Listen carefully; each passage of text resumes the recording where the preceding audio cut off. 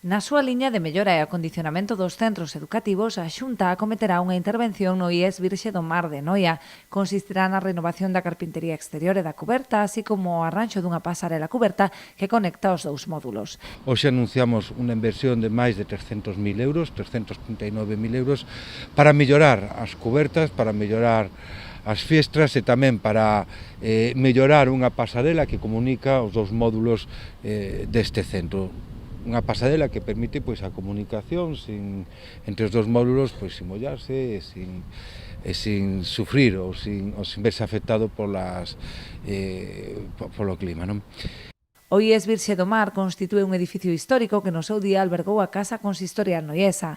Reconvertido nun centro educativo dende hai xa 70 anos, acolle preto de 500 alumnos. Ademais de eso, o bacharelato conta cun módulo de imaxe e son. É unha moi boa nova que este edificio que quedaba, que ademais ten unha característica histórica importante, foi no seu momento plantexado como sede do Concello de Noia, como casa consistorial, logo douselle o uso educativo que se ven sostendo ao longo dos últimos 70 anos e creo que atopámonos ante unha moi boa nova no senso da recuperación tamén patrimonial, da conservación dese edificio emblemático e sobre todo da mellora das condicións de aillamento e climatización que se van a conquerir como consecuencia desta reforma. O director do centro agradeceu o investimento previsto pola Xunta no edificio principal e aproveitou para demandar unha futura actuación no módulo máis novo. Tamén quería, tamén pedir, agora para o novo que vamos a ver tamén, se podíamos máis adiante darlle tamén